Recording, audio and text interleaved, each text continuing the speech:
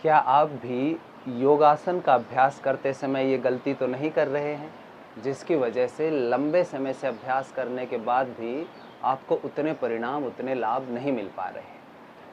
इस बार जब आप अभ्यास करें तो आपने विशेष ध्यान देना है कि आप जिस भी आसन में जाकर उस आसन को होल्ड कर रहे हैं, जिस भी आसन में रुक रहे हैं, उस दौरान कहीं आप श्वास को भी तो नहीं रोक लेते हैं, ब्रीथ को होल्ड तो नहीं कर रहे हैं। जब भी किसी आसन में आप जाएं, तो जब उस आसन में आप बने रहें तो आपने अपने श्वासों को सामान्य रखना है। गहरी सांस लेते और छोड़ते रहना है। वो कुछ विशेष साधनाएं, विशेष स्थितियां होती हैं जिनमें किसी आसन में जाकर श्वास को रोका जाता है और बंद और कुंभक किए जाते हैं, वो अलग पक्ष है।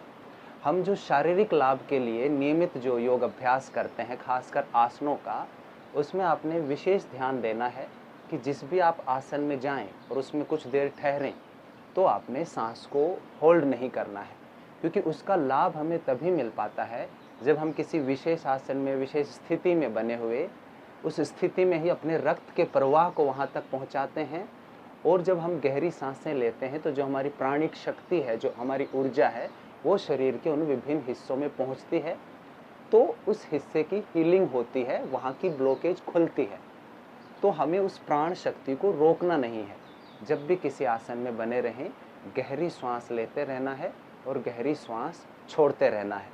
इस प्रकार से आप अभ्यास करें और अब देखें आपको कितने जल्दी इसके लाभ प्राप्त होते हैं। हरि ओम।